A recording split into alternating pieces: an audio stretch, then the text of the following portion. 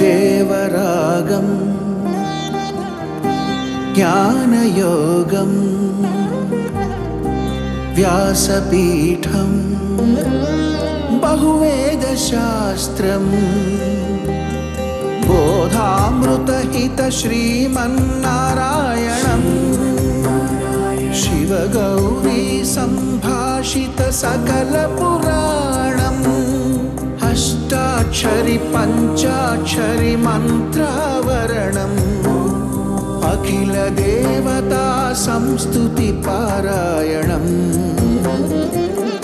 జయమంగళకరమీ ప్రవచన శ్రవణం అనుదినము శుభము సుఖము జీవన గమనం దేవరాగం జ్ఞానయోగం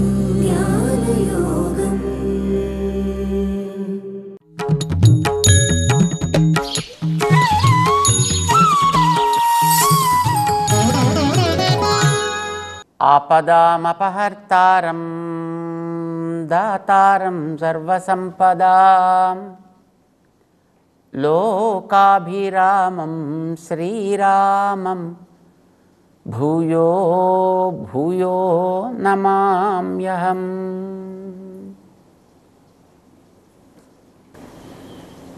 జై శ్రీమన్నారాయణ. ప్రియ భగవద్బంధువులారా, పొందదగిన వాటిల్లో ఏది మనకి తగినదో దానికి ప్రాప్యము అని పేరు పెట్టారు. ప్రాప్యం అంటే పొందాల్సినది, పొందతగినది అని అర్థం. మనకి ప్రపంచంలో చూస్తే మనకి పొందదగిన బోల్డన్ని కనిపిస్తాయి. ఇళ్ళు కావాలి, వాకిళ్ళు కావాలి, వాహనాలు కావాలి, పైసలు కావాలి, సుఖాలు కావాలి, ఎన్నెన్నో విలాసాలు కావాలి. ఇవన్నీ ప్రాప్యములు, పొందదగినవి. కానీ ఇవన్నీ కొంతవరకే సుఖాన్ని ఇస్తాయి. కొన్ని పొందుతుంటే ఆనందాన్ని ఇస్తాయి, కొన్ని పొందాక ఆనందాన్ని ఇస్తాయి. ఇస్తాయి కానీ పోతుంటాయి, మళ్ళీ ఇస్తాయి, మళ్ళీ పోతుంటాయి. అవి మనం ఎన్ని ఈ ప్రపంచంలో అనుభవిస్తున్నా అవన్నీ కూడా క్రమంగా మార్పు చెందుతూ ఉంటాయి. ఒకనాడు మనకి సుఖాన్ని ఇచ్చింది, ఇంకొకనాడు మళ్ళీ అలాంటి సుఖాన్ని ఇస్తుందని మనం చెప్పలేము. ఒకడికి సుఖాన్ని ఇచ్చింది మరొకడికి సుఖాన్ని ఇస్తుంది అని మనం చెప్పలేం. ఒకప్పుడు సుఖాన్ని ఇచ్చింది మరొకప్పుడు సుఖాన్ని ఇస్తుంది అని మనం చెప్పలేము. ఈ వస్తువులన్నీ కూడా క్రమంగా మార్పు చెందుతూ ఉంటాయి. వస్తువులు మార్పు చెందుతూ ఉంటాయి, వస్తు స్వభావాలు మార్పు చెందుతూ ఉంటాయి. ఆ వస్తువులని అనుభవించే ఈ శరీరాలు మార్పు చెందుతూ ఉంటాయి, శరీర ధర్మాలు మార్పు చెందుతూ ఉంటాయి. కనుక ఒకసారి ఒక రకమైన అనుభవాన్ని ఇచ్చినటువంటి ఒక వస్తువు మరొకసారి అట్లాంటి అనుభవాన్ని ఇస్తుంది అనే ఒక నిర్ణయం ఏది లేదు, ఒక గ్యారంటీ కూడా ఏది లేదు. మరి ఇప్పుడు ఇందులో మనం పొందాల్సింది ఏది? మార్పు చెందేది పొందాలా, మార్పు చెందనిది పొందాలా? మొదటి 6 అధ్యాయాల గ్రంథంలో శ్రీకృష్ణుడు అర్జునుడికి చేసిన ఉపదేశం మార్పు చెందనిదేదో, అజః నిత్యః శాశ్వతః పురాణః ఏదో అది నీకు ప్రాప్యమయ్యా, అది నీకు పొందదగినది. దేనికి జన్మ అంటూ ఉండదు, ఏది 3 కాలాల్లోనూ కూడా మార్పు చెందకుండా ఉంటుందో. 3 కాలాలంటే ఇప్పుడు నడుస్తున్న కాలం, నడిచిన కాలం, నడవబోయేటటువంటి కాలం, భూత భవిష్యత్ వర్తమానాలు అంటుంటాం కదా. ఈ 3 కాలాల్లోనూ ఏది మార్పు చెందకుండా అలానే ఉంటుందో అది మనకి పొందదగినది. ఏది ఏం చేసినప్పటికీ కూడా వికారాన్ని పొందదో శాశ్వతము అని అంటారు దాన్ని, అది మనకి పొందదగినది అవుతుంది. ఎంత కాలం గడిచినా దాని యొక్క స్వరూప స్వభావాల్లో మార్పు రాదు. ఎప్పటికీ నిత్య నూతనముగా అది భాషిస్తూ ఉంటుందో అది మనకి పొందదగినది. పురాణ అజ నిత్య శాశ్వత పురాణ ఇలాంటిదేదో అది మనకి పొందదగినది. పొందదగిన దానిని ప్రాప్యం అంటాం. పొందదగినదేదో మనకి పొందితే అది సుఖమునిచ్చును. సుఖం అంటే అనుకూలమైనటువంటి అనుకూలమనే జ్ఞానం కలుగుట. ఇది నాకు అనుకూలం, ఇది నాకు మంచిది, ఇది నాకు కావాలి, ఇది నాకు ఇలా ఉండాలి అని అనిపించేదేదో అది అనుకూలతా బుద్ధితోటి తెలియుట. దానికి సుఖము అని పేరు. నో, ఇది నాకు తగదు, ఇది నాకు కష్టము అని అనిపించేది ప్రతికూలం అని అనిపిస్తే అది దుఃఖము అని అంటాము. అనుకూలతయా వేదనీయం సుఖం, ప్రతికూలతయా వేదనీయం దుఃఖం. ఏది మనకి అనుకూలమనే భావంతో తెలుస్తూ ఉంటుందో దాని పేరు సుఖం అంటాము. ఏది మనకి తగదు అని అనిపిస్తుందో దాని పేరు దుఃఖము అని అంటాం. దానివల్ల కలిగేది ఏదైనా దుఃఖము అని అంటాం. మనకి అలాంటి అనుభూతి కావాలి. ఇది ఎప్పుడు నాకు అనుకూలమే, ఎప్పుడు నాకు అనుకూలమే అని జ్ఞానం కావాలి. అంటే సుఖం కావాలి, సుఖ అనుభూతి కావాలి మనకి. ఆ సుఖం అనేది మనకందరికీ పర్యవసానం. కానీ ఆ సుఖం పొందేదెవడు? ఎవడో పొందితే నాకెందుకు? ఎవడో పొందుతానంటే నేనెందుకు ప్రయత్నం చేస్తా? అది నాకు కావాలి, నేను పొందాలి. అందుచేత సుఖం అనేటటువంటిది నా లక్ష్యంగా సాగుతూ ఉండాలి. అంటే దానికి ప్రాప్యము అని పేరు పెట్టాడు. దానికి ఆత్మజ్ఞానము ప్రాప్యము, ఆత్మదర్శనము ప్రాప్యము. ఆత్మకి ఆ స్థితిని కలిగించి అలా దానికి అందించే వెనకాతలు ఉండేటటువంటి తత్వం ఏదో దానివల్ల కదా దీనికి ఈ మార్పులన్నీ జరుగుతున్నాయి. ఇప్పుడు మనకి గోడలోంచి ఏదో ఒక మొక్క వస్తూ ఉంటుంది. దాన్ని మనం ఒక రకంగా హ్యాండిల్ చేసామనుకోండి, మళ్ళీ వస్తూ ఉంటుంది, మళ్ళీ వస్తూ ఉంటుంది. అంటే వెనకాతలు ఉండేటటువంటి ఆ మూలాన్ని బట్టి కదా అది వస్తుంది. దాన్ని మనం గుర్తుపెట్టుకోవాలి. అలానే ఆత్మకి ఒక రకమైనటువంటి అనుభూతులు ఏర్పడుతున్నాయి అని అంటే ఆత్మ కోరుకుని ఏర్పడటం లేదు, ఆత్మ వద్దనుకుంటే మారటం లేదు. ప్రాప్యము ఆత్మ సాక్షాత్కారం లేక ఆత్మదర్శనం. పరమప్రాప్యం ఆత్మని నడిపేటటువంటి తత్వాన్ని, ఆత్మని నడిపేటటువంటి వెనకాతలుండే ఏ మెకానిజం అయితే ఉందో దాన్ని తెలుసుకోవడం, అది పరమప్రాప్యము. ఆ పరమప్రాప్యం అనేటటువంటిది ఎలా ఉంటుంది అంటే మనకంటే ఇంకా తెలివితేటలు కలిగి ఉంటుంది, మనకంటే ఎక్కువ శక్తి కలిగి ఉంటుంది, మనకంటే ఎక్కువ జ్ఞానం కలిగి ఉంటుంది, మనకంటే గొప్ప గుణాలు కలిగి ఉంటుంది, మనకంటే ఎక్కువ పవర్ కలిగి ఉంటుంది. కనుక ఇవన్నీ ఉండకపోతే మనని కంట్రోల్ అనేది చేయదు కదా. మనకి వెనకాదలుండే తత్వాన్ని గురించినటువంటి ఏ మాత్రపు కాస్త లీక్ దొరికినా దాన్ని పట్టుకుని మన కంట్రోల్లో పెట్టేసుకుని మన ఇష్టం వచ్చిన నడిపేసుకుని ఉండేవాళ్ళం. మనం లాభం లేదు. అది మనకి అలాగా లొంగటం లేదు. ఎందుకంటే మనం ఇంత బాగా మ్యానిపులేట్ చేయగల వాళ్ళమని దానికి బాగా తెలిసి ఉంటుంది దానికి. అందుకోసం మనకి ఎక్కడ ఏమాత్రము అవకాశం అనేది ఇవ్వకుండా జాగ్రత్త పడుతుంది. అంటే అది చాలా తెలివైనది అని అర్థం. ఒక ఆత్మని కాదు కదా అది కంట్రోల్ చేసేది. మనకి చుట్టూ కనిపించేటువంటి కొన్ని కోటాను కోట్ల ప్రాణులు ఉన్నాయి కదా. మానవులే కొన్ని కోట్ల మంది ఉన్నారు కదా. మానవులు కాకుండా ఇతరమైనటువంటి ప్రాణికోటి ఎంత ఉంది. కనుక ఇంతమందిని కూడా కంట్రోల్ చేయగలిగేటటువంటి సామర్థ్యం దానికి ఉందంటే అమ్మో అది చాలా పెద్దదై ఉంటుంది.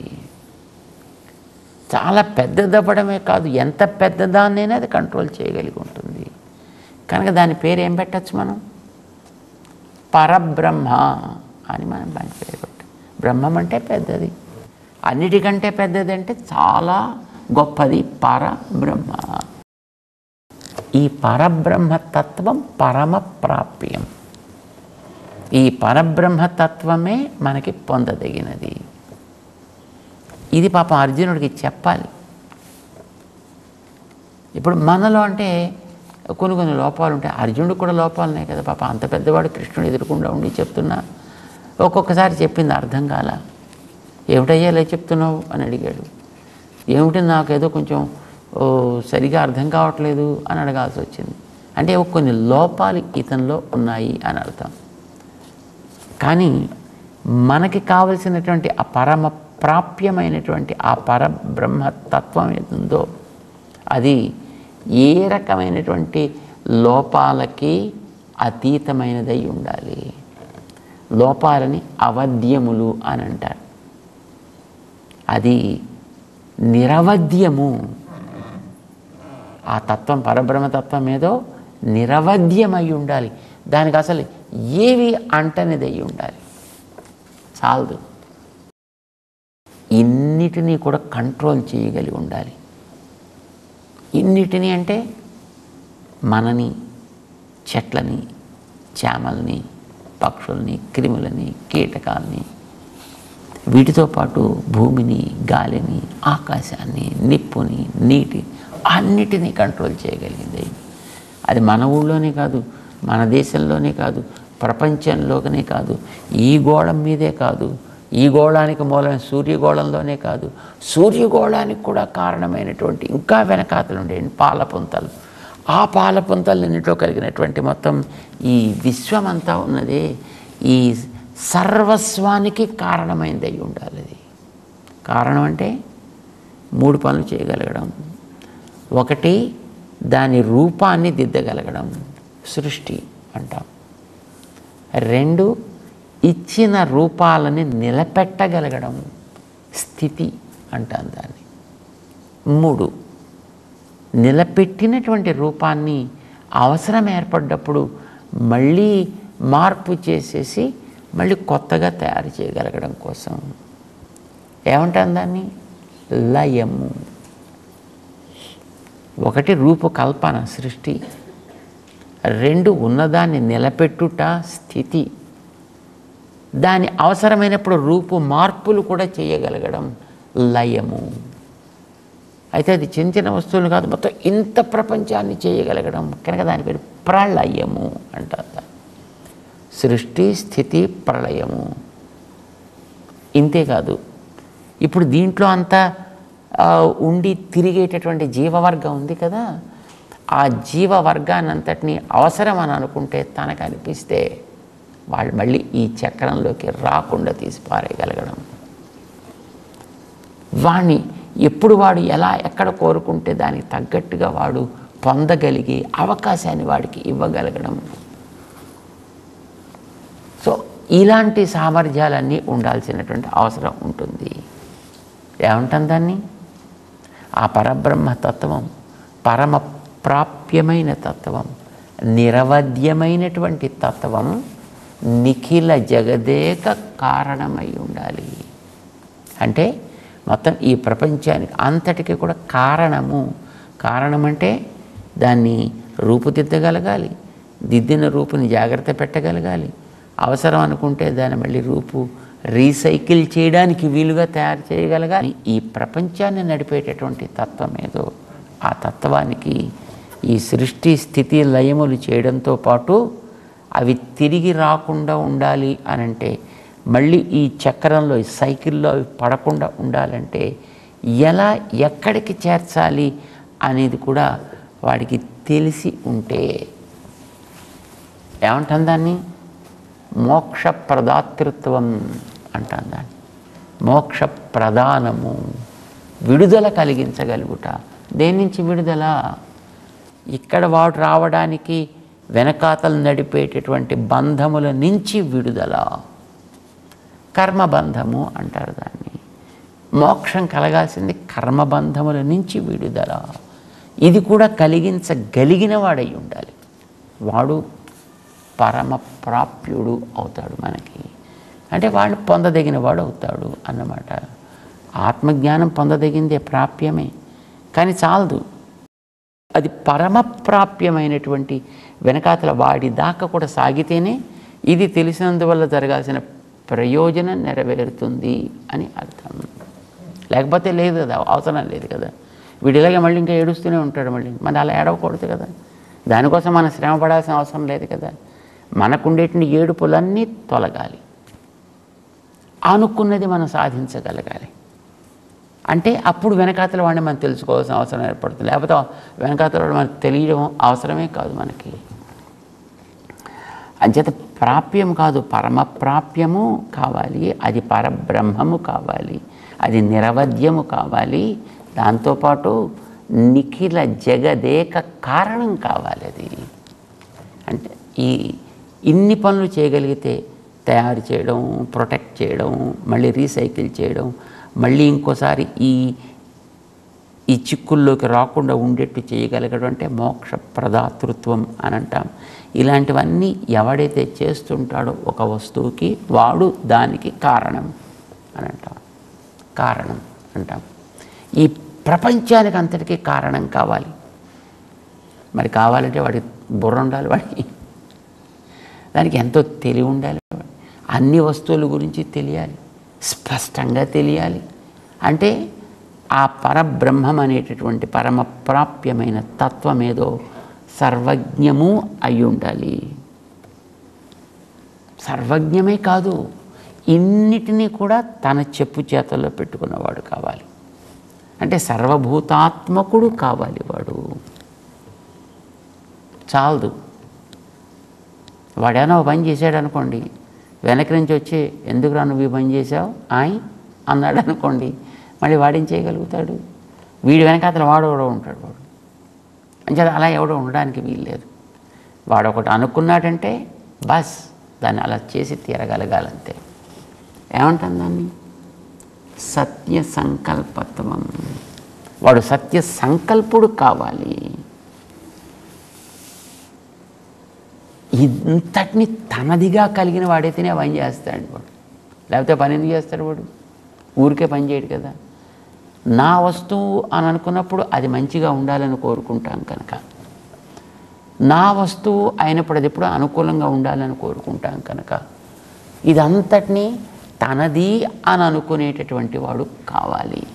తనది, తన సొత్తు విభూతి అని అంటాం. దాన్ని సొత్తుని విభూతి అని అంటాం. ఇదంతా నా సొత్తు మహావిభూతి అని అనుకున్నవాడు కావాలి. అది అంత మాత్రం చే చాలదు. ఎందుకంటే ఇప్పుడు మనం చూస్తున్నాం కదా, ఇప్పుడు మన చుట్టూ ఉండేటటువంటి ఊళ్ళకే మధ్యలో ఎంతెంతో దూరభారాలు ఉన్నాయి. మనం చూసే గోళాలకి మధ్య దూరభారాలు బోల్డ్ అంత ఉన్నాయి. కాస్త ఆకాశంలోకి వెళ్ళి ఆ మధ్యన ఒక ఆవిడ కూర్చుంటేనే ఆవిడని తేవడానికి 8 నెలల పాటు వెయిట్ చేయాల్సి వచ్చింది. అంత దూరం ఉంది అది. అది మొత్తం ప్రపంచం దృష్ట్యా చూస్తే అది ఇంత చేసి భూగోళానికి ఉండేటంటే పైన ఆర్బిట్లో ఎక్కడో ఒక చోట కూర్చుంది ఆవిడ. అక్కడ కూర్చోబెట్టారు. ఆ స్టేషన్లో కూర్చుంది ఆవిడ, స్పేస్ స్టేషన్లో. అక్కడి నుంచి ఇక్కడ దాకా తీసుకురావడం కోసం 8 నెలల కాలం ఎదురు చూసి కావలసిన పరికరాలు తయారు చేసి అప్పుడు ఎవరినో పంపించి అప్పుడు ఆవిడని తీసుకురావాల్సి వచ్చింది. మళ్ళీ ఈ కాస్తకి అంటే వాడు ఈ మిగతా ఉండేటటువంటి గోళాలన్నింటినీ వాటిల్లో ఉండే వాటిని కూడా కంట్రోల్ చేయగలిగేవాడు కావాలి అని అంటే వాడెక్కడో ఒక స్థానానికి పరిమితమై ఉంటే చాలదు, లాభం లేదు. ఎలా ఉండాలి వాడు? ప్రతి వస్తువుకి కూడా లోపల వాడు వ్యాపించి ఉండాలి. ప్రతి వస్తువుని కూడా వాడు జాగ్రత్తగా కంట్రోల్ చేసుకునేవాడు కావాలి. అన్ని వస్తువులకి లోపల వ్యాపించి ఉండేవాడు అంటే సర్వ అంతర్యామి అని అంటారు. అన్నిటికీ లోపల ఉన్న అది ఇది అటుపోయి ఇంకోటి అటుపోయి ఇంకోటి అటుపోయి ఇంకోటి ఇటో పోయింది అనుకోండి, మళ్ళీ వ్యవస్థ చెడిపోతుంది కదా. కానీ మనం చూసేటువంటి ఈ గ్రహాలన్నీ చూస్తున్నాం, ఏది ఎటు పోవట్లేదండి. ప్రతిదీ కూడా వాటి పద్ధతిలో నిలబడి ఉంటున్నాయి. అంటే వాటిని ఆయా పద్ధతిలో అతిక్రమించి పోకుండా నిలబెట్టగలిగే వాటి మీద కమాండ్ ఉండాలి. వాటికి పైన వాటిని ఆక్రమించి నువ్వు ఇక్కడి నుంచి ఇక్కడ దాకా ఇలా తిరగాలి అంటే అంతే, కాసేపు ఇటు కూడా తిరిగి వస్తానండి అని అంటే అలా పర్మిట్ చేయడానికి వీలు లేదు. అలాగా ఎగ్జంప్షన్స్ అనేది ఏమి ఉండవు దానికి. ఇది ఇలా జరగాలి అంటే అలా జరుపుతూ పోవాల్సిందంతే. ఇలాగా బయట ఉండి కమాండ్ చేయాలి, లోపలుండి కమాండ్ చేయాలి, అన్నీ తెలుసుకోవాలి, అన్నిటికీ అందుబాటులో ఉండాలి. ఆ తత్వాన్ని అలా ఉండేటప్పుడు నారాయణ అని అంటారండి. మరి వీటన్నిటిని ఇలా డీల్ చేసేటప్పుడు వీటితోటి ఇవి జ్ఞానం కలిగినవి, వాడు జ్ఞానం కలిగినవాడు. మరి ఆ జ్ఞానం కలిగినప్పుడు వాడేదో కాస్త తెలుసో తెలియకో వాడి జ్ఞానాన్ని అప్పుడప్పుడు కొంచెం తీవ్రంగా వాడితే వీడు మళ్ళీ హర్ట్ కానివాడు కావాలి. జాగ్రత్తగా వాడిని డీల్ చేయగలిగేవాడు, వాడికి మళ్ళీ కాస్త మంచిగా నచ్చ చెప్పగలిగేవాడు కావాలి, ప్రేమ కలిగిన వాడు కావాలి. ఆ ప్రేమ అనే దానికి పేరు శ్రీ అంటాము. ఈ నారాయణుడు శ్రీ కలిగిన వాడు కావాలి, శ్రీమన్నారాయణుడు కావాలి. ఇన్నున్నప్పుడే వాడు దాన్ని ఆ పని చేయగలుగుతాడు. ఇలా ఉండేటటువంటి ఆ తత్వమేదో పరబ్రహ్మ పరమ ప్రాప్యమైన తత్వమేదో అది కూడా తెలిసినప్పుడే వీడికి ఆత్మజ్ఞానం సమగ్రంగా కలిగింది అని అర్థం. లేకపోతే ఆత్మజ్ఞానం అరకొర జ్ఞానము అని మనం అంటాం. అందుకోసం అర్జునుడికి, అర్జున నీవు తెలిసింది నువ్వు బాగా యోగివి కమ్మని చెప్పా, కానీ ఆ వెనకాతల ఉండేటటువంటి పరబ్రహ్మతత్వమైనటువంటి నన్ను తెలుసుకోగలిగితేనే నువ్వు నిజమైనటువంటి యోగాన్ని పొందినట్టు లెక్కరానైనా. చేత యోగినామపి సర్వేషాం మద్గతేన అంతరాత్మన, నన్ను తెలుసుకున్న తరువాత మాత్రమే భజతే యో మాం, ఎవడైతే నన్ను ప్రేమతో సేవిస్తాడో వాడంటేనే నాకు చాలా ఇష్టం. అందుకే వాడే పూర్తిగా తెలిసినవాడు అని అర్థం. అంటే ఇప్పటిదాకా నువ్వు ఆత్మని గురించి, ఆత్మజ్ఞానాన్ని గురించి, ఆత్మస్వరూపాన్ని గురించి, ఆత్మ చేసే పనులను గురించి, పనుల వెనకాల జ్ఞానాన్ని గురించి, ఆ జ్ఞానాన్ని ఎక్కడ వదలాలో, ఎలా వదలాలో, సాధన, ఇవన్నీ చెప్పావు కదా. అంటే అవన్నీ చెప్పా, ఆత్మల గురించి చెప్పా. దాని సమగ్రత అనేది నన్ను తెలుసుకుంటేనే కదా కలిగేది. అంచేత ఎవడైతే మాం భజతే స మే యుక్తతమః, నన్ను వెనకాతలు నడిపేవాడిగా తెలుసుకుని ఎవడు నన్ను ఆశ్రయిస్తాడో వాడే యుక్తతముడు. యుక్తతముడు అంటే యోగుల్లోకెల్లా బుద్ధిమంతుడు. అంటే నేను తెలుసుకుంటే బుద్ధిమంతుడు అన్నాం. మనం బాగా తెలుసుకుంటే వాడు బుద్ధిమంతుడు అవుతాడు అన్నా, బుద్ధి ఉన్నవాడు అవుతాడు అన్నా. తెలుసుకోకపోతే అంటే ఏమవుతాడో నువ్వే ఊహించవా. మరి నువ్వు బుద్ధి లేనివాడివి కాకూడదు కదా, బుద్ధిమంతుడు కావాలి కదా. నన్ను తెలుసుకోవాలి. ఎలా తెలుసుకోవాలా? మరి చెప్తా విను. 7వ అధ్యాయం దగ్గర నుంచి ప్రారంభం చేశాడే. మరి ఎలా తెలుసుకోవాలి నిన్ను? ఆ ఎలా తెలుసుకోవాలో చెప్పడం కోసమని దానికి నేను నడిపేవాణ్ణి అని తెలిస్తే జ్ఞానం అంటాం. ఎలా నడిపిస్తున్నాను, ఇప్పుడు ఒకడు నడిపిస్తున్నా అంటే నడపడానికి వాడి దగ్గర ఒక మెకానిజం ఉంటుంది. ఆ మెకానిజంతో పాటు వాడిని నువ్వు తెలుసుకోగలిగితే విజ్ఞానము అని అంటాం. జ్ఞాన విజ్ఞాన యోగో నామ 7వ అధ్యాయ. అది 7వ అధ్యాయం. అక్కడి నుంచి ప్రారంభం చేశాడు గ్రంథాన్ని. 6 అధ్యాయాల్లో ఆయన తానెవడో, తనని మంచిగా తెలుసుకోవడం అంటే ఏమిటో, ఏం చేయాలో దీన్ని ఉపదేశం చేశాడు. దాని పేరు భగవంతుణ్ణి మంచిగా తెలిసి ప్రేమించుట అని అర్థం. దాన్నే భజనము లేక భక్తి అని అంటాం. కనుక 7 నుంచి 12 దాకా సాగేటటువంటి 6 అధ్యాయాల గ్రంథాన్ని భక్తి షట్కం, జ్ఞాన షట్కం అనొచ్చు. కానీ జ్ఞానం అనేది మళ్ళీ ఉత్త కాయలా ఉండకూడదు కదా. చూడండి, మామిడి కాయ ఉంటుంది, మామిడి పండు ఉంటుంది. అది పండు అయితే కదా ప్రయోజనం. అంచేత జ్ఞానం అనేది పండాలి. పండితే దాని పేరు భక్తి అని అంటాం. కనుక జ్ఞాన షట్కమే, కానీ ఆ పండిన జ్ఞానానికి సంబంధించిన షట్కం కనుక అది భక్తి షట్కము అని అంటాం.